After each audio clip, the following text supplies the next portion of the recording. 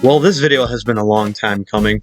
I know I'm very late to the party considering this is February, but one of the reasons why I decided to delay this video is because pretty much on Christmas night I got Yakuza Like a Dragon, and I really wanted to give this game time to shine, and I am glad I did. But with that out of the way, let's get into my top 5 favorite games of 2020. This is all unscripted, so apologies ahead of time if I start to stumble and falter. Number 5, we have Persona 5 Royal. Persona 5 Royal is an enhanced version of Persona 5, making nice quality of life changes such as making it much easier to level up, adding more opportunities for you to increase your social stats at night, which means less sleeping time. No thanks to Morgana. And just a couple of other things. So Persona 5 was already a decent game. Persona 5 Royal makes it a better game. So a lot of people, Persona 5 has a really loud fan base. Everyone's pretty much praising that game left and right. I don't think it's that amazing, to be honest, which is why it's at number 5. Persona 5 is definitely a good RPG in the battle system, right? I don't think I have not been challenged in anything, save for one boss fight. And people who have played the game will know what I'm talking about when I'm talking about the burger place. But even then, it only took me one retry, and I didn't do the thing where you go to the highest difficulty because for some reason that boss fight is easier on the highest difficulty. No, I just went straight for hard and kept going. But it only took me one retry, so other than that, there was no challenge in this game. You can create some really powerful personas because of how easier they made it to make these powerful personas being, and because you can get to the level cap really easily, especially towards the end game, you don't really have to worry about making a higher level persona and not being able to use it or whatever. But story wise, it's okay. Really, you're not gonna get too much out of the characters unless you do their social links, and even then it's like either they're terrible or they're okay, and sometimes they're good. I really like Yusuke's, for example. It's a good growth of character, that storyline. I also like Kawakami's if you don't end up marrying her. Well, not marrying her, if you don't end up dating her. Because there's this really weird thing in Persona 5, so before you could, there's a dating sim in this game. It's all good and dandy. It's nice having a dating sim when you're playing RPGs or whatever. But I guess I wouldn't say a dating sim, it's, you can take them out and stuff, but it's not specifically just the dating sim. I know that might be hard to understand, but I can't really explain it much better. It's not the focus. But, because this game decided to be edgy teen rebellion, let's go, graffiti on the wall, shit like that. They decided that they'd let you date some of the adults, but your character is like 17, 16, and they're around late 20s, early 30s.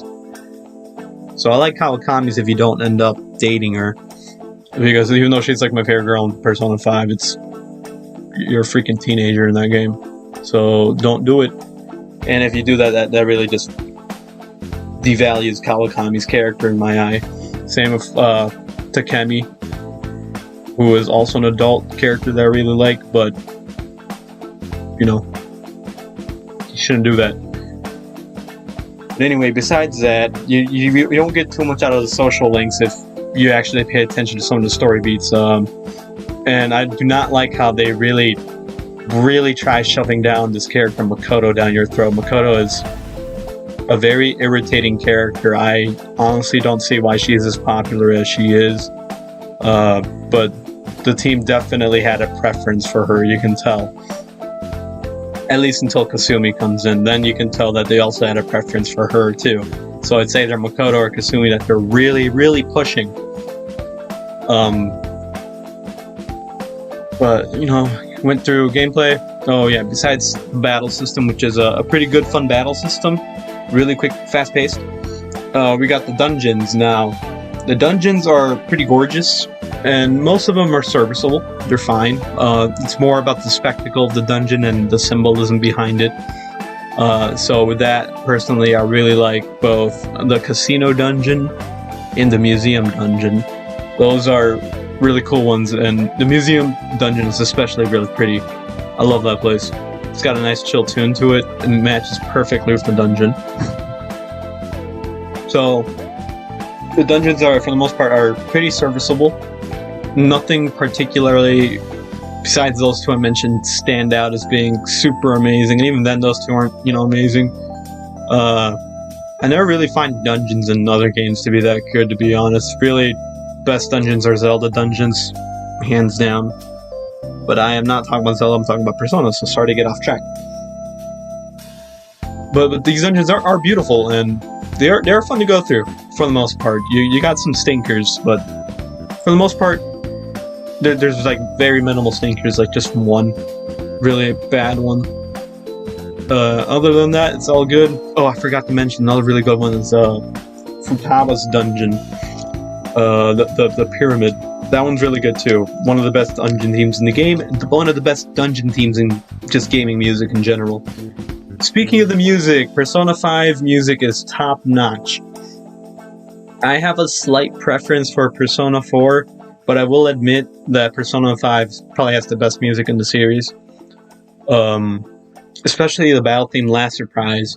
Unfortunately, they replaced Last Surprise with this song called Take Over, and I'm not into it. I usually wore one of the costumes that came in and listened to something from another game. Specifically SMT4. I love the battle theme from that game.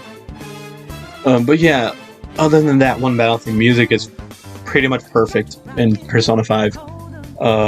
It's very well loved for a reason. Very jazzy. Definitely Last Surprise, Winds of Fate, Rivers in the Desert, top-notch songs. Now, the main addition, besides Kasumi, is the third semester, which I'm not going to spoil or anything, but let's just say that that semester is the best part of the whole game. And I wouldn't say it makes the price completely worth it. I would say if you're, iffy about getting Persona 5 and you want to try, brand new to JRPGs, you want to try your first JRPG, maybe wait for a sale with it. I'd say probably go for $40 or $50. And if you start getting into JRPGs because of Persona 5 and see how different normal JRPGs are, then yeah. I'd say Persona 5 is a good game, but what I call it, JRPG of the decade, RPG, one of the best RPGs ever made, no. It's not. As much as you'll hear so much praise for it, it really isn't. There are better JRPGs out there. Try Xenoblade Chronicles, try Dragon Quest XI. Those are some really good ones that are guaranteed to give you a good time. But then we gotta move on to the next game. At number 4, we have Final Fantasy VII Remake. Mr. Worldwide! Final Fantasy VII Remake was more than I could have asked for, but at the same time less. Don't get me wrong, it's definitely a great game. I think most fans will love what it does, because it takes those first 7 hours of Final Fantasy VII and kind of extends it to... So, you may be wondering, isn't that, kind of just chunking up a whole bunch of info? And it can be, to a certain extent. For example, I'll say that I think the Whispers, or whatever they're called, are a definite, sort of con to the pacing of the game. They interrupt a lot of sequences, and there's a specific boss fight you fight after going through the train graveyard, where it's like you're about to go to the tower and rush here, but then this dude just interrupts your pacing, and yeah, there's a little bit of pacing issues with the story. But other than that, the characters have never been better. Cloud's your same little awkward emo boy. Tifa is, beautiful girl next door you want to marry. Well, at least in my opinion, I'm a Tifa guy. Not to say that Aerith is bad. Let's talk about Aerith for a quick second. I love Aerith. She's, just as funny, just as lovable, adorkable as she was in the original game. One of my favorite moments of the entire game is that walk with her. where it plays my favorite soundtrack of the year. It's called Midnight Rendezvous, I think. That soundtrack makes it feel like they're on a date. And it's a really nice, beautiful soundtrack that, you know, sometimes will bring a tear to my eye. So, I guess that kind of hints toward as how good the soundtrack is. I think between this and the next entry to my list, that these two are the top contenders for best soundtrack of the year.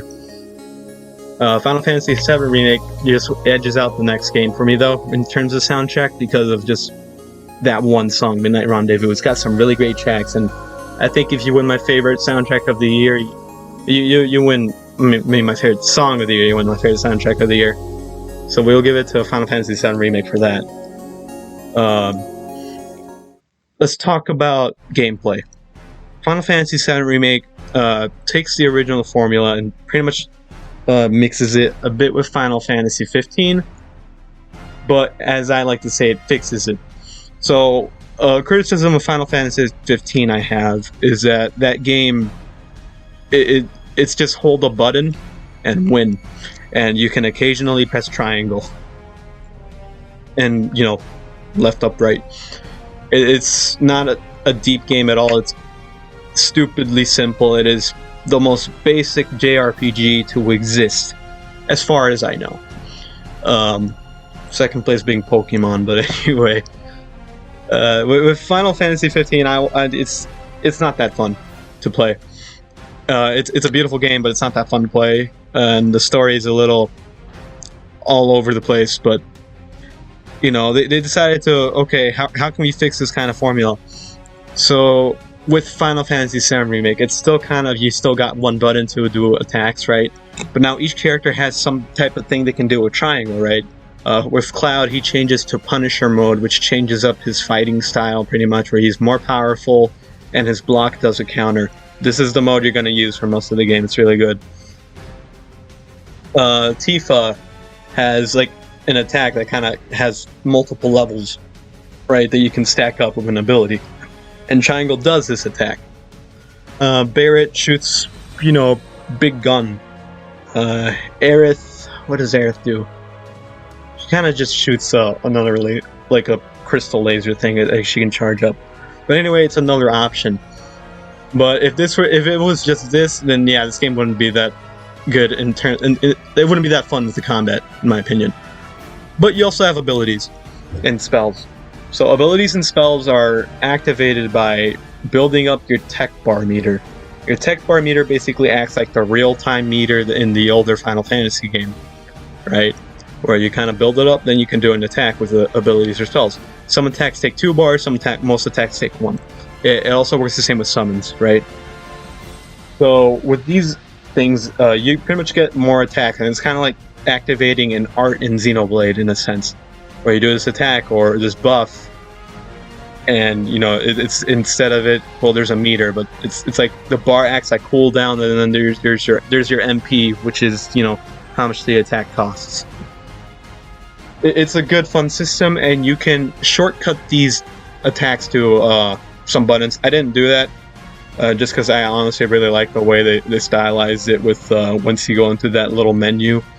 It just really slows down, and it's still kind of going on, but it can really make some scenes look really cool with the particle effects and such. I'll give it to the combat. Cinematography, I'll say that the bosses have some really awesome like transitional phases they do, where it kind of goes through a cutscene. There is one issue with this though, is that if they're about to go into that cutscene, their HP meter locks up, so even though you're doing an attack, it won't damage them. If they can fix this for the next game by, say, whatever damage you did during that transition will transfer over to the next phase, you know, and show it. That'll be, you know, a nice fix to do. But these transitions are really cool, and it makes the bosses really hype and fun. I already commended the soundtrack. Gameplay, I'm not going to say anything about graphics. Graphics always look good now. Story and characters, like I said, it's the story can be off a bit in pacing, but the characters are very well done. Especially I'll say, you know, Jesse They really did a good job with, making her a character this time, because in the original game, those original three, Biggs, Jesse, Wedge, they're kind of just there. They were just there. And in this game, they have personalities, and they talk, and you get to know them. So it makes a certain scenes, more emotional. So I'll leave this at number 4 spot. At number 3, we have Hades. Hades was incredibly fun, more fun than I thought it would be. I am not too big on roguelikes or roguelites. For example, there's this game called Enter the Gungeon, where it gets a little boring for me after a bit, so then I just give it a really long break, and then I might pick it up again, then give it a really long break, and so on and so forth. I have not needed to do this with Hades. Hades has one of the most fun gameplay loops around. Alright, so the roguelike comes with the abilities you can get, the boons, and what the chamber rewards are. And it's really fun making builds with these boons. So there's a whole bunch of Greek gods, and the premise is you're Zagreus. And Zagreus wants to get out of Hades so he can go to Olympus. Right? At least that's what the story tells you at first, but you'll see it's for different reasons really soon. But I'm not going to go into it because it is honestly a pretty well done story. And very, very mature, and it's got an ending that's it's a really good ending. It works perfectly for what the story is, what the game is going for. So, why do I say it's a really fun gameplay loop besides making different builds of your boons, right? Because the boons are really fun to use. I'll say because they made dying fun. What do I mean by making dying fun? Every single time you die, you progress the story, and you get new dialogue for characters. And the dialogue for these characters is really fun, really well written. It's just really cool seeing how the story progresses with your struggle, right? It makes that so dying, you actually kind of look forward to dying sometimes, because you want to see what happens next with a specific character and their arc. So that goes over the writing, I guess, and a bit of the gameplay loop.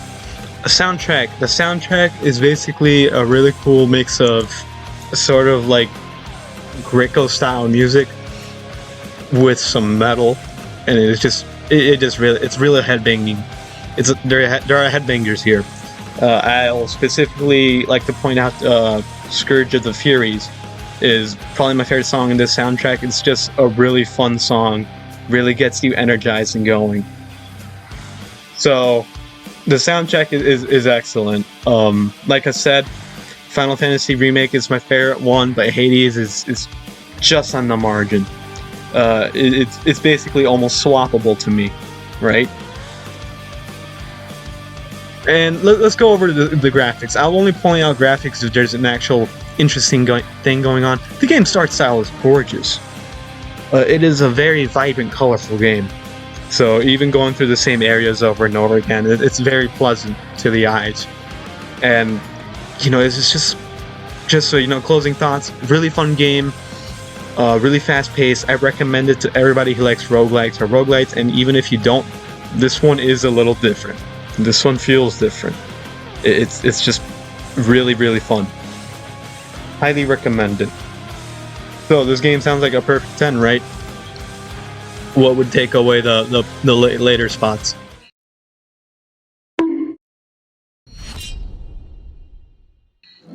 At number 2, which may be a surprise to you people, for those who know me, is Xenoblade Chronicles Definitive Edition. The Xenoblade series is my favorite video game series of all time.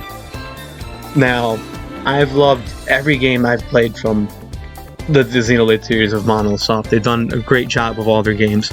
My favorite game is Xenoblade Chronicles X. So this series is peak gaming to me. So with Xenoblade Chronicles Definitive Edition, they looked at the old game and it's like, hey, we've released it on the Wii, then we released it on the Wii U. We made a special version for the 3DS that worked really well. Might as well just keep releasing it because, we love this game. We love what we did with this game. This game pretty much saved our brand.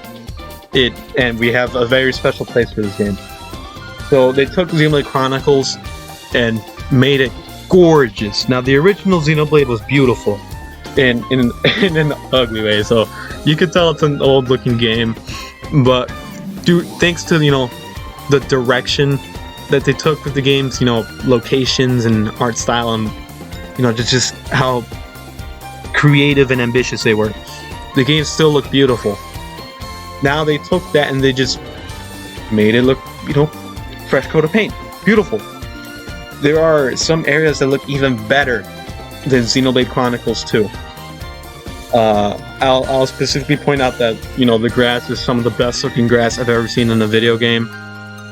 So even though you can definitely see, places where they weren't really able to make changes, like some, the NPC faces in some of their models, you don't really mind.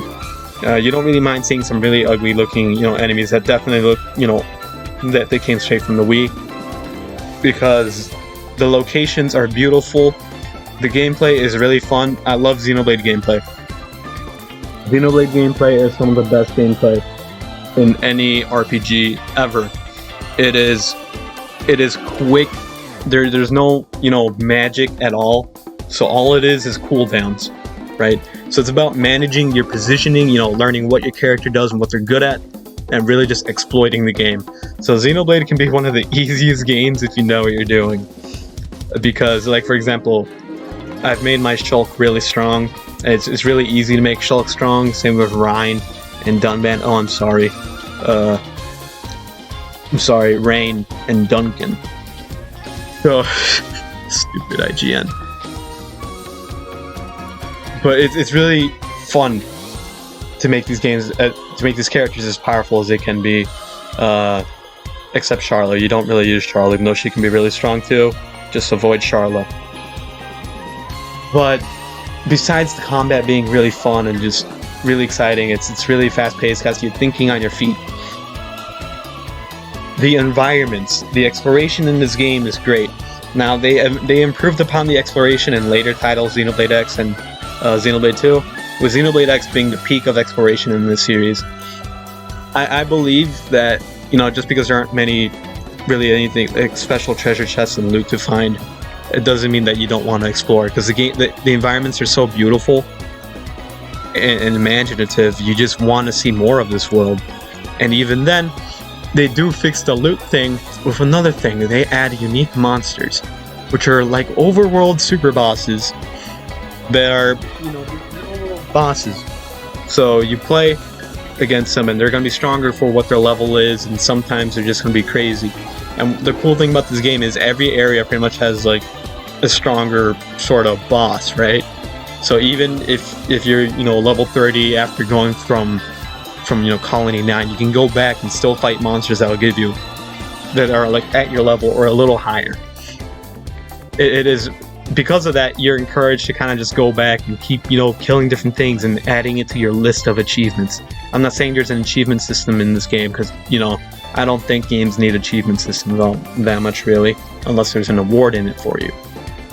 But it felt good. For example, I reached level 80 or level 86. I went back to defeat Territorial Rotbark, which this monkey motherfucker, he basically just walks around in Gar Plains and decides if he sees you, he's gonna murder you and you're gonna die.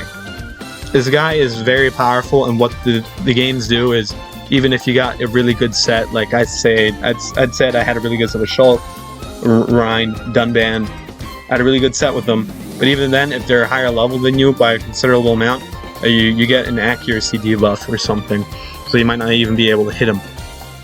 So there's a challenge to that, and you can circumvent this with different augments you can give to your character through gems, like night vision, which greatly increases your accuracy at night. And you're actually gonna need these accuracy buffs, because your max level is 99, but the max level of the highest level monster is 120. So you're gonna need these.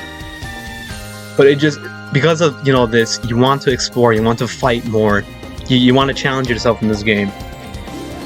The story is very well written. Some people have called it, it isn't really much different from anything, but what makes it special is just how well told it is. These characters, they really sell, the voice actors really sell the situations. Adam Howden does a great job at being Shulk. Shulk is one of my favorite JRPG protagonists.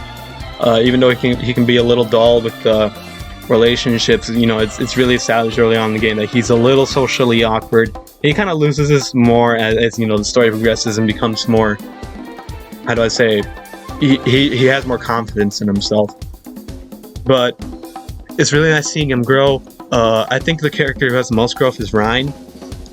It's really nice seeing Ryan grow. You know, Dunban is basically the father figure. The only character I'd say is you know, Charlotte's just there. I mean, there's definitely a point in the story where she matters, but for the most part, she's just there. But she definitely, at least for the woman in the game, she kind of serves as the older sister. You know, so her interactions with Melia are like, you know, she feels like she's the older sister, and she encourages Melia to end up with Shulk. Melia is the best written character in this game. She is the best character, both in story and possibly in gameplay too, with just how ridiculous her damage over time is. She's the best girl, and you know, she was so good that they actually made like a little bonus game, which is Xenoblade Chronicles Future Connected, which is like a 20-hour campaign of, you know, the biggest area in this game. The Buy on the Shoulder, which is exclusive to this campaign, and it's a really nice story that kind of closes out her arc in a positive tone. And it was just really, it was a joy playing that too. I like what they did with the chain attack instead with this, even though I find chain attacks to be better. This was fun too, seeing the Noapon kind of just gangbang monsters. But, well, I praise the story and the environments a lot. I gotta get to music. Now, this music is from like 2012 and they redid it, some of it, most of it. But, I will say that I did not give this, you know, soundtrack of the year just because, you know, this is like a remaster, and I didn't, you know, want to give its attention to the soundtrack too much, because we all know how good it is, and you know we should give attention to the new games. You know, this is a Xenoblade Chronicles 7th Edition. It's not a completely brand new experience, but it feels like one, and it was just a joy to play through the entire game. I had a lot of fun. I'm still playing through it to this day because I have not beaten everything. And like I said, it's just really fun playing these games and trying to, you know, kill everything and get the strongest abilities and stuff. It's a good time. It's a good time. Highly recommend it if you're a fan of open world games. Mostly if you're a fan of, you know, JRPGs, and if you're looking for, you know, a JRPG that's different because it's, you know, it's not really turn-based. It kind of acts like it, but it also doesn't. It's like the in-between between an action game and a turn-based RPG. It's like right in the middle. I think it's really good. It's got a great story. Check it out. So what could beat Xenoblade Chronicles Definitive Edition, or considered to be the best game of my favorite series? I'll have to say that, what's that, number one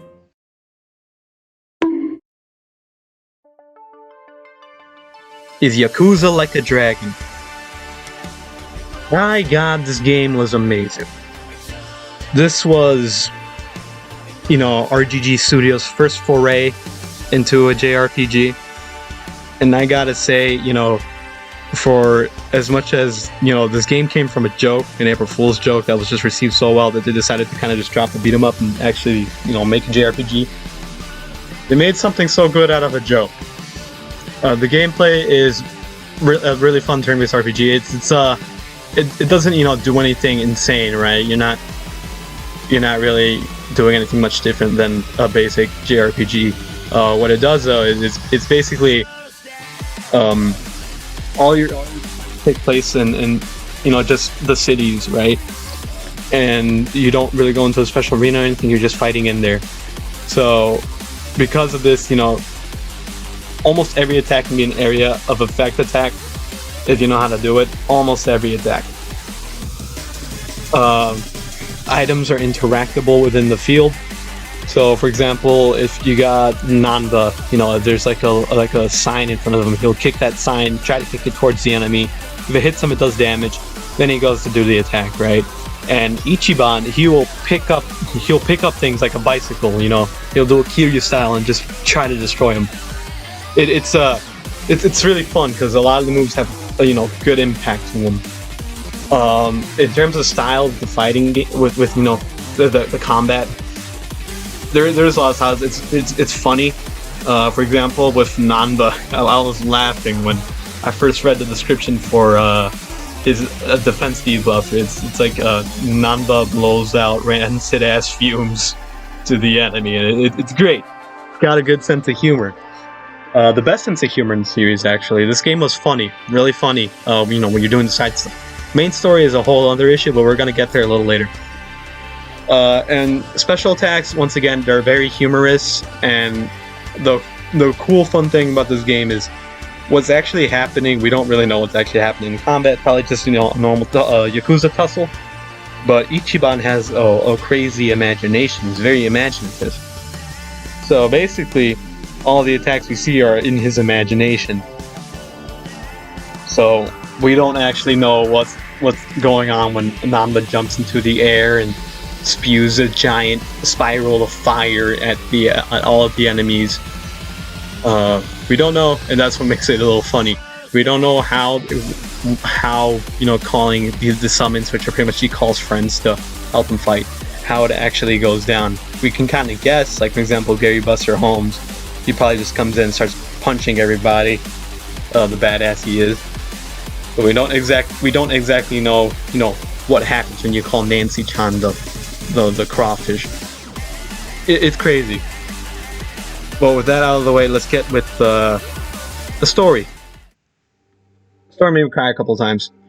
It is very well written, very beautiful story. The ending was a bit relatable with feelings of worthlessness, but I mean I'm not bad about it. I'm good. But anyway, the story was amazing. There are people in the Yakuza fans that won't play this game, and I can understand it. You don't want to play a JRPG. JRPGs aren't for everybody, especially turn-based ones. But I really think that if you're playing these games for the stories, you need to give this one a try. The story in this game was incredible. I loved it to bits. Ichiban is perfect for a new protagonist. He's like Kiryu in the sense that he does good. He's not the best fit for Yakuza. But as far as I've played through the games, Ichiban's he's more rough and he's a bit more willing to get his hands dirty than Kiryu is. Kiryu, for example, he won't really torture anybody. At least from what I've played. I've only played Yakuza 0 and Kiwami. I plan on playing the rest of the series though. But Ichiban will try to get his hands a little dirtier. And it's cool seeing both the parallels of Ichiban and Arakawa in the game, and you're seeing the parallels of Ichiban to Kiryu and Yakuza 0. They have similar growth, but it just makes a symbolism of passing on the title of dragon to Ichiban. It's really good symbolism. I love his tattoo, which is like the dragon koi. I guess it makes sense. He does feel like he's kind of like a good mix between Kiryu and Nishiki. But yeah, he's a great protagonist. I love him. The sub-stories are hilarious. There's one where a monkey takes control of the crane, so you have to destroy the crane. So now the crane's on fire, the workers come back and they're surprised, and you hire the monkey to go into your business, Ichiban Holdings. It's hilarious. I'll put a clip of it while I'm talking about this. So besides that happening, the sub-stories are fantastic, they're funny. There's also some nice wholesome ones.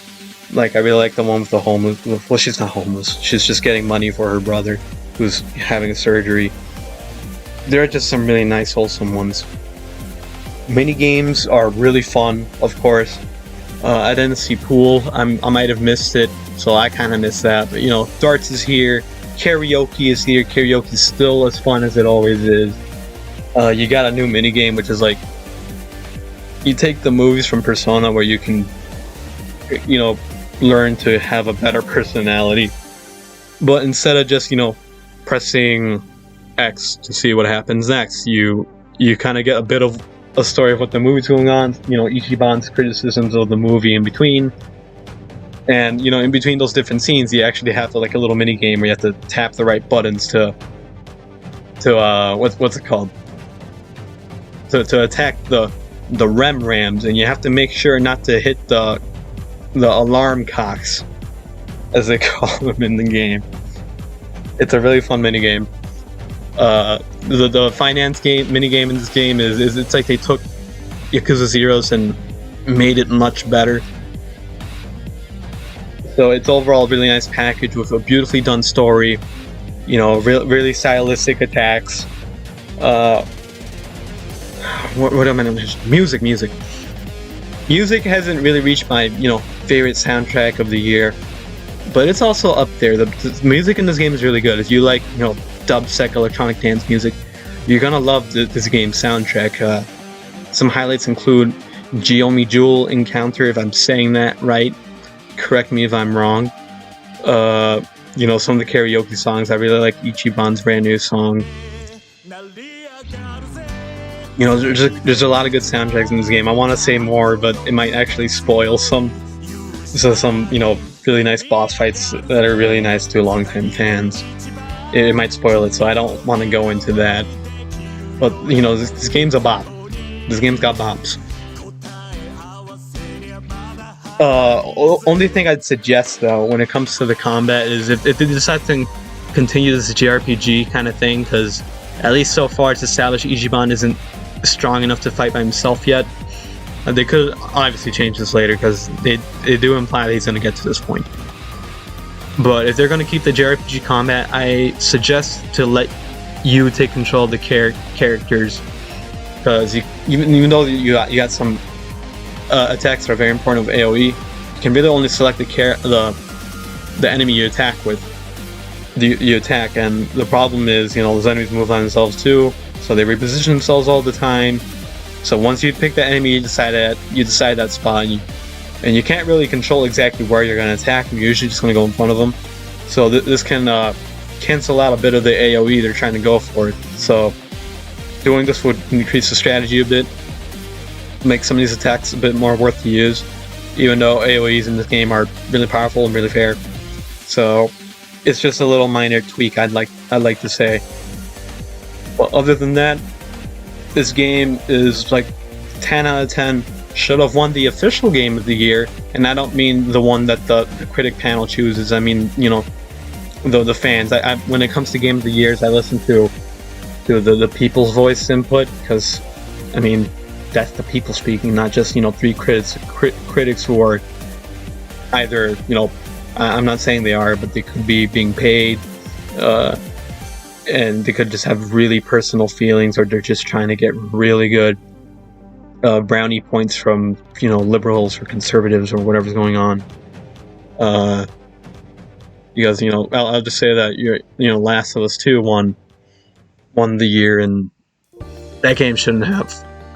From what I hear, the story's whack. Now, I can't judge it myself, but I really do hear that the game shouldn't have. And I have seen a couple of gameplay clips, and I really don't think that it was kind of worth it. But hey, you know, you got super strong masculine woman and lesbian main character. Not a bad thing, but, and I will say this about Ellie, you know, they don't really make her personality lesbian, the character. She's Ellie. But yeah, the game shouldn't have won. I honestly do believe wholeheartedly that, and I may be a bit biased here, but I honestly do believe Yakuza Like a Dragon should have at least got narrative of the year. It was the best story in games of the year, hands down. But those were my thoughts of, you know, my 5 favorite games of 2020. Let me know below, you know, what you think. You know, what is your favorite game? What do you think of my picks? You know, should Final Fantasy VII Remake be number 1, or Hades? Does Xenoblade Chronicles even count to be a pick, considering that it's a remaster? You know, just bring it up in the comments if you'd like. With that said, you know, take care, everybody.